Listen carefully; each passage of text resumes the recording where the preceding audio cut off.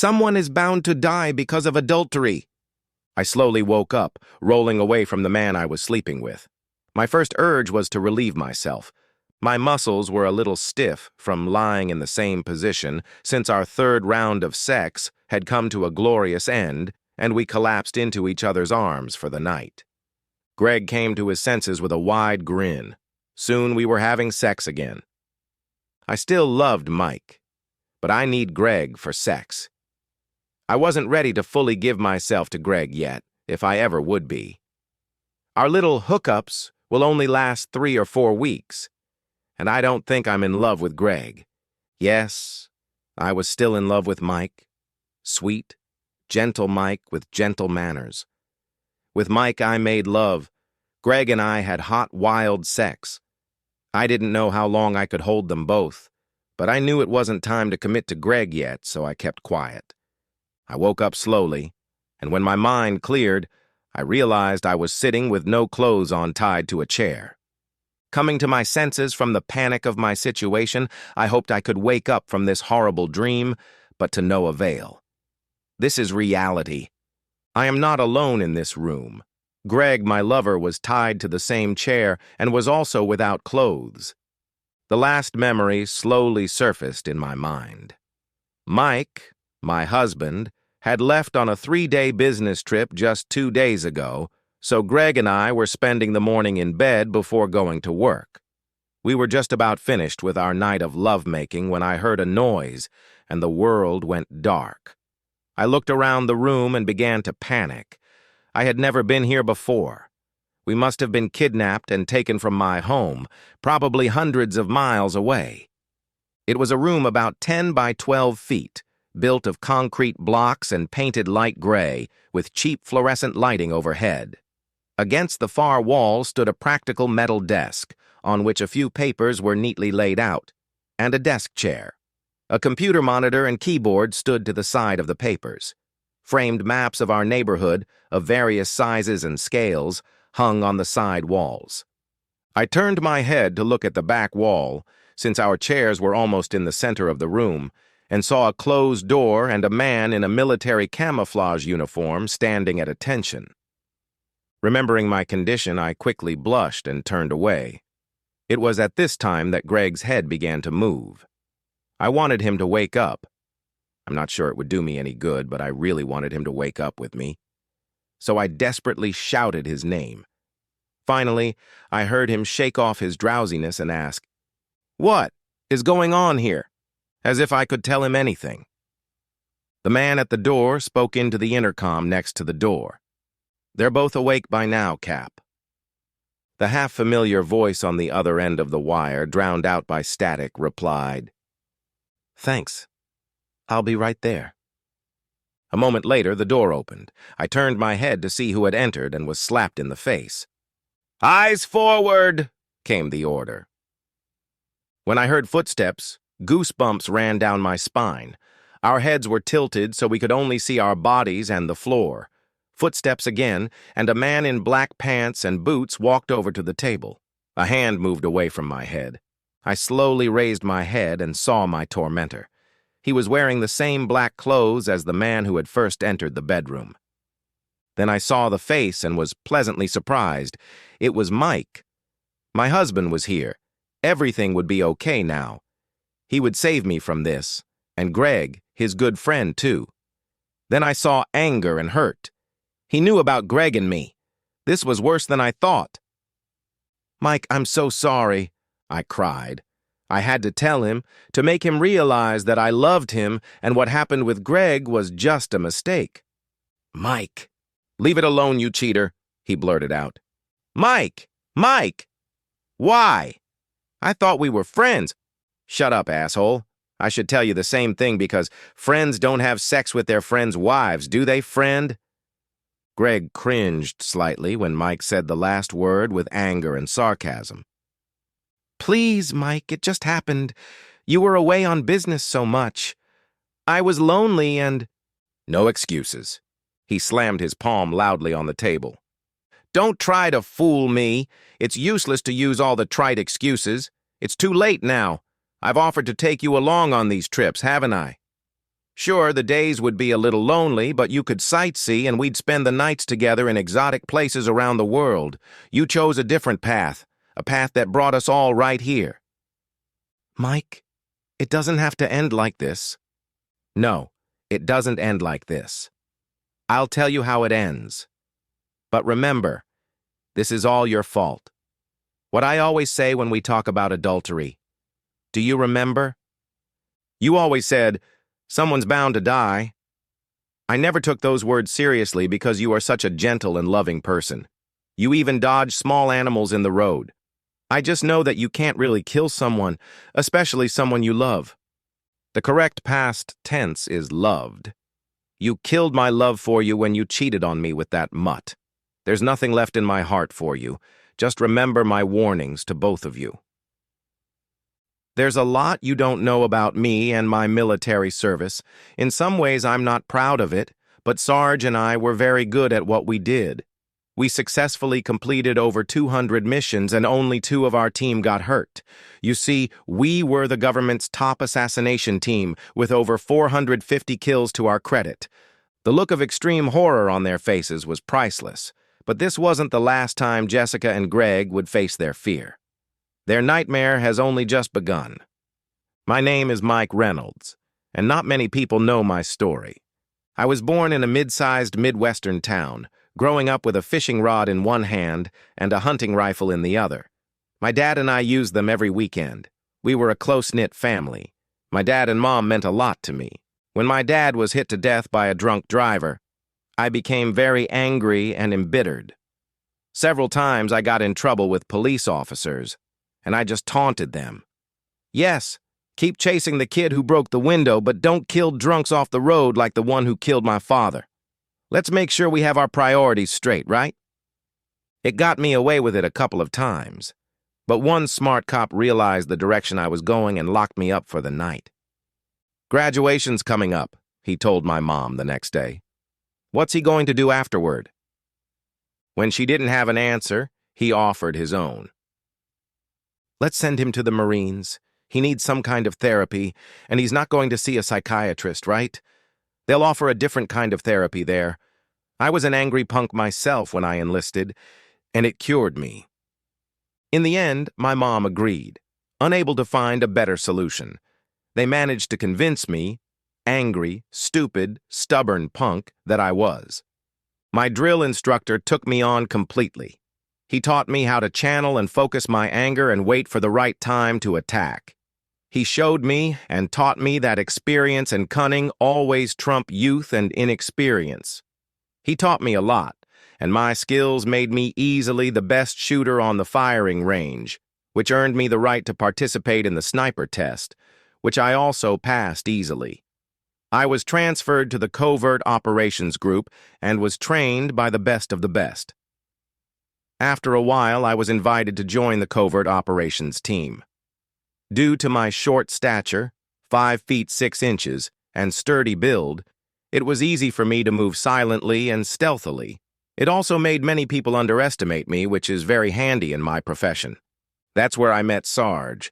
After leaving the Army, I was completely devastated by the killing and just wanted a normal life. Yes, the therapy I needed had run its course, and I was no longer angry. My temper, which I now controlled, also reinforced the illusion that I was not a person to be feared, but just a nice, short, disposable person to be friends with. That said, I remained a man who could kill with his bare hands in 25 different ways. However, in the military, I had to trust my men without any hesitation or doubt, and I made it clear in word and deed that I could be trusted too. That kind of trust is a key component of who I am. "Mike, this isn't funny," I said, trying to take control of the hopeless situation. "Now let us go." Mike stood there with a cold stare, unwavering in his resolve.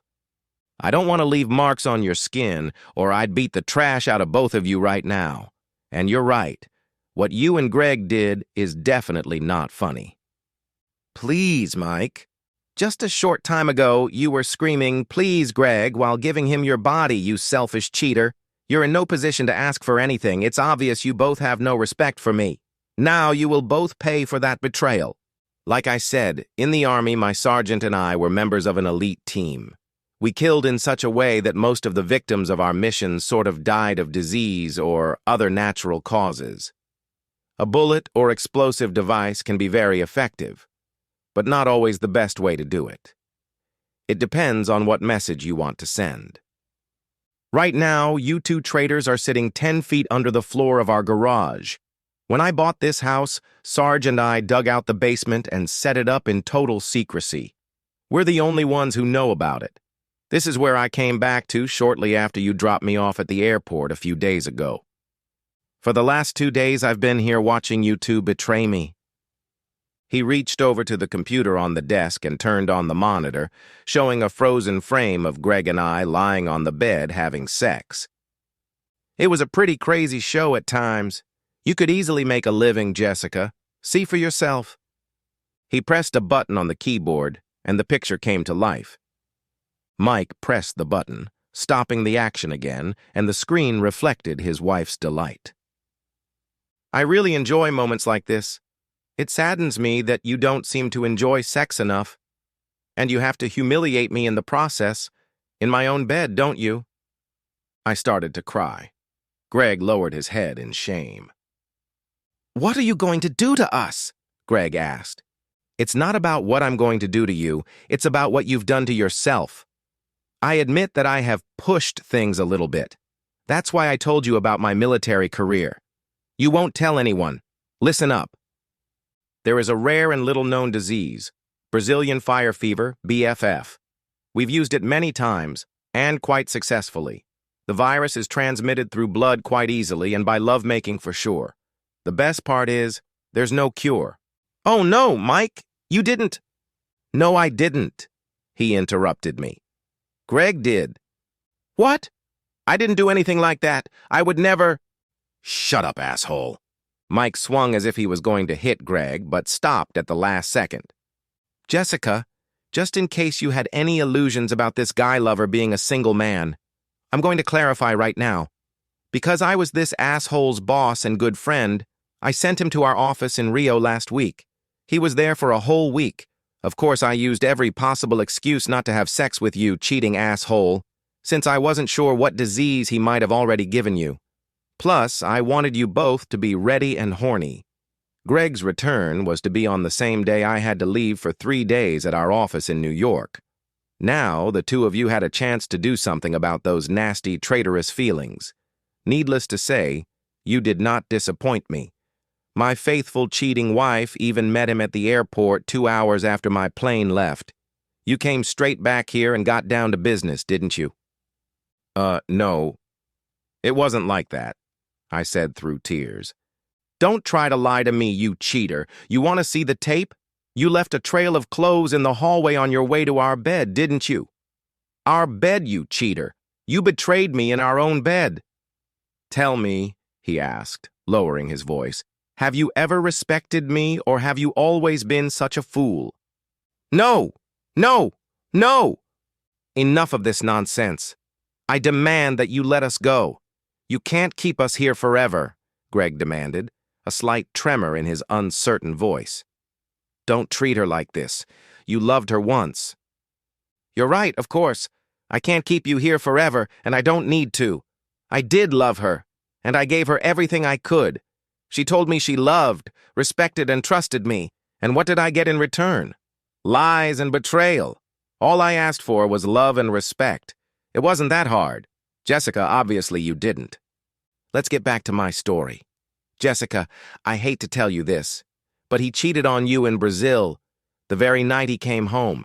He did more than that because I know that woman carries said contagion. Mike watched their faces.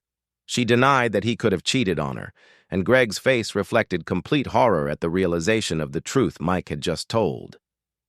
Tell him it's not true, Greg, I begged. Tell him. One look was enough for me to see the shame and fear on his face, and I realized the truth, too. Oh my God, my dash. That's right, a cheater. But all the cheap call girl did was say hi to Greg. If Greggy was a loyal, trustworthy man, he would have left, knowing full well that he'd be back in your loving arms in less than 18 hours, and I'd be out of town in the meantime. Just couldn't wait, could you?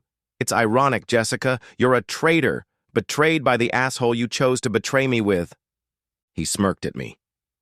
As I pointed out, the two of you came back here, and Mr. Faithful infected Ms. Cheater. Twice even, for extra convincing. Greg, I'm so proud of you at times like this. The sarcasm of that last statement hung in the silence of the room. Let me tell you a little more about the infection.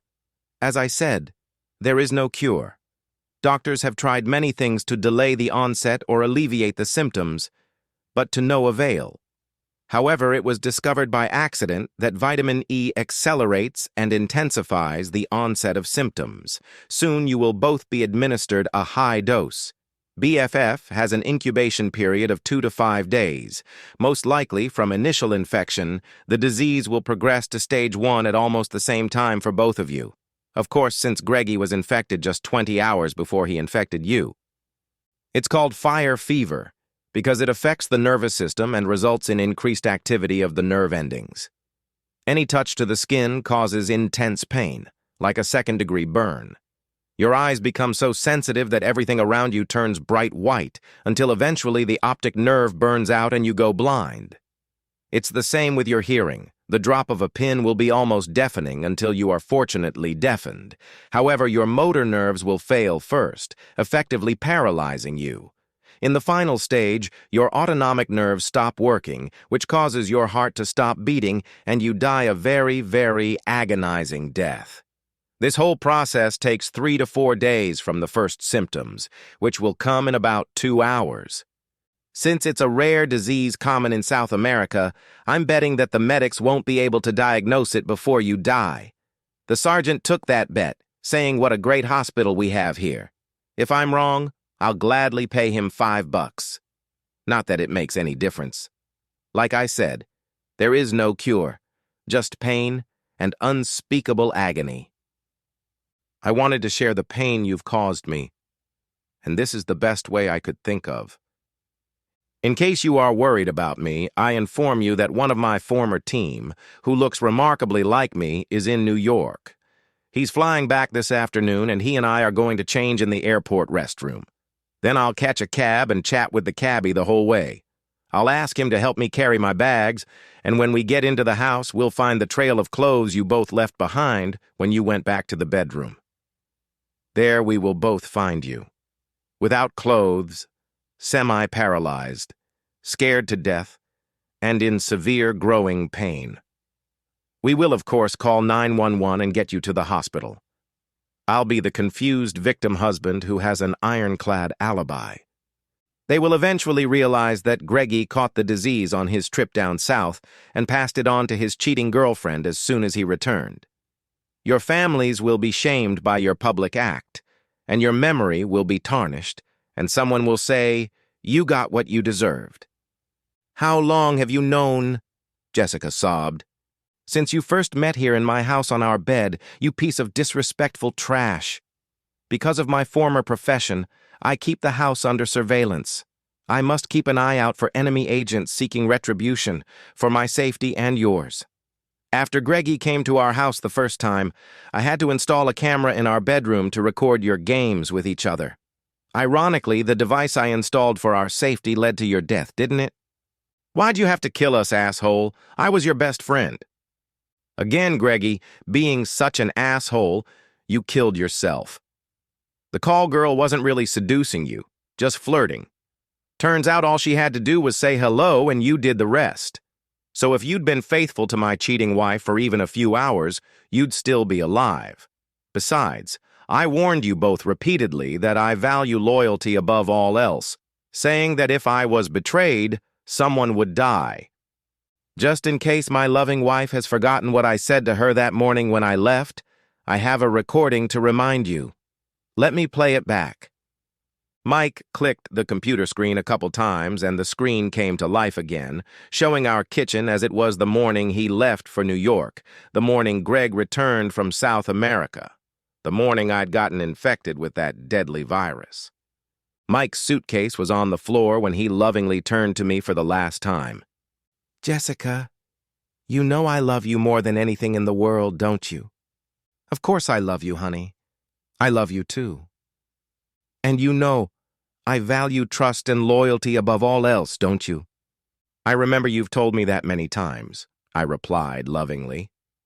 "So, you do realize that if you ever cheat on me, you know that I always say in that case, 'Yeah, baby, somebody's gonna die.'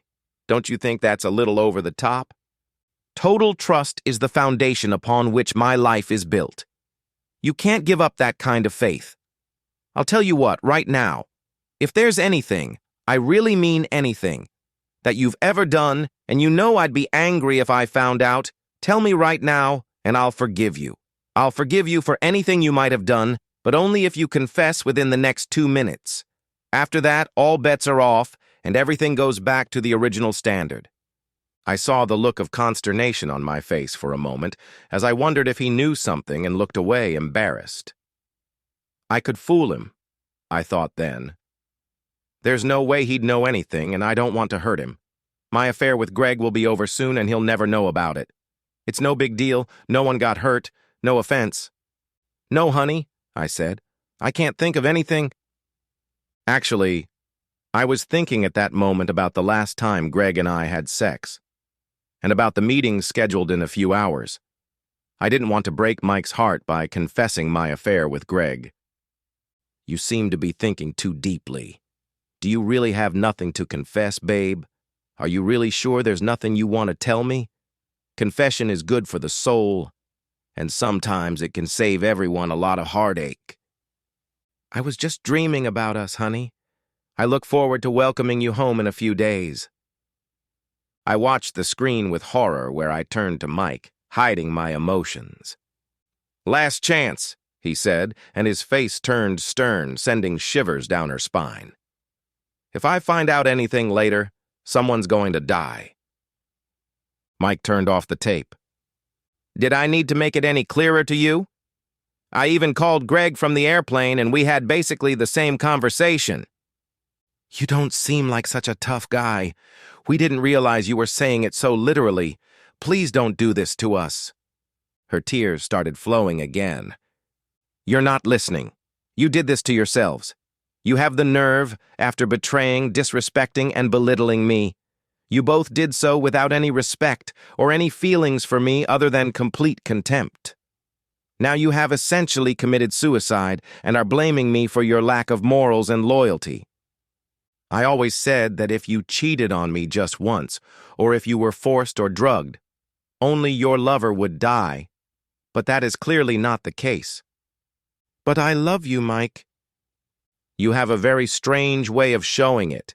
Show everyone how much you love your spouse by having sex with his best friend behind his back, and in the marital bed, no less. You didn't even wait long after we were married. We haven't even been married 3 years, and you're already relentlessly hunting for weirdos. The world will be a better place without the likes of you and Greg, and without your love, friendship, respect, and especially your abuse of trust." The sergeant spoke up. "Time's running out, Captain. We really need to stay on schedule." "Thank you, Sarge. Okay. Finally, you still haven't told me what I did to deserve this despicable betrayal. Nothing. I've been good to both of you, maybe too good. You've never been remorseful. In fact, just the opposite. You showed me as much disrespect as you could, making me helplessly watch you love each other while you talked about me, how useless I was. Simply put, it's all your own fault. I even warned you both the day Greggy flew in from Brazil, giving you one last chance. I decided to say this one last time to each of you. Betray me, and someone dies." "Sarge, are the vitamin E injections ready?" "Yes, Captain." "Well, it's time to say goodbye. I'm really gonna miss you. It's too bad you have a morality of stray cats." Mike walked over to the table and picked up a syringe. "It's enough to cause paralysis, which is the first symptom of the onset of the disease, but not enough to misdirect the doctors," he said, driving the needle into Greg. Just then he injected me. I struggled to free myself as I felt my joints begin to stiffen. "Oh no, Mike, I'm so sorry. The reality of his words began to become clear as the symptoms began to come on sharply. I struggled to get the last words out. Я люблю тебя. He looked into my eyes, and his stern gaze turned soft one last time before the room began to grow lighter and lighter. The end! Subscribe to my channel. Thank you.